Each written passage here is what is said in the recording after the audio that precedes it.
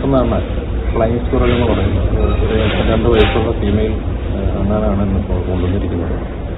അപ്പോൾ പരിശോധിച്ചപ്പോൾ നമുക്ക് കാണാൻ സാധിക്കുന്നത് വലത്തെ കണങ്കാലിൻ്റെ നടുഭാഗം വെച്ച് വേർപെട്ട് ഇരിക്കുന്ന അവസ്ഥയാണ്. അപ്പോൾ അങ്ങനെ വേർപെടുമ്പോൾ ആ അസ്ഥിയുടെ അറ്റം കൊണ്ടിട്ട് ചർമ്മത്തിലൊരു ചെറിയ മുറിവ് വന്നിട്ടുണ്ട്. അപ്പോൾ അവിടെ ഒരു അണുബാധ ഉണ്ടാകാനൊക്കെയുള്ള സാധ്യതയുണ്ട്.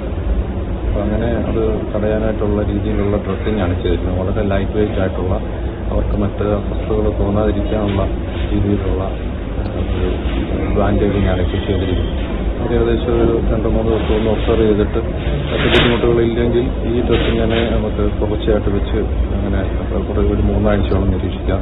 അത് കഴിഞ്ഞിട്ട് അതിൻ്റെ വ്യത്യാസം എങ്ങനെയുണ്ടെന്ന് അറിഞ്ഞിട്ട് മാറ്റി ചെയ്യാം. ഇത്തരം മൃഗങ്ങളെ സംബന്ധിച്ചിടത്തോളം നമ്മൾ ശ്രദ്ധിക്കേണ്ട ഒരു കാര്യം എന്ന് പറഞ്ഞാൽ, അവർ കൂടുതൽ നിയന്ത്രണങ്ങൾ നമ്മൾ ഏർപ്പെടുത്തുമ്പോൾ അത് അവർക്ക് അസ്വസ്ഥത ഉണ്ടാകുകയും അങ്ങനെ അവർ ഭയപ്പെട്ടിട്ട് ബോഡിയിലെ ഹോർമോണുകൾ ഉണ്ടായിട്ട് മുറിവ് കൈകാരിക്കുകയും മറ്റ് ആരോഗ്യ പ്രശ്നങ്ങളൊക്കെ ഉണ്ടായിരിക്കും. അപ്പോൾ അത്തരം മുൻകരുതലുകളൊക്കെ എടുത്തുകൊണ്ടുള്ള ഒരു ചികിത്സാ രീതിയാണ് നമ്മൾ ചെയ്യുന്നത്.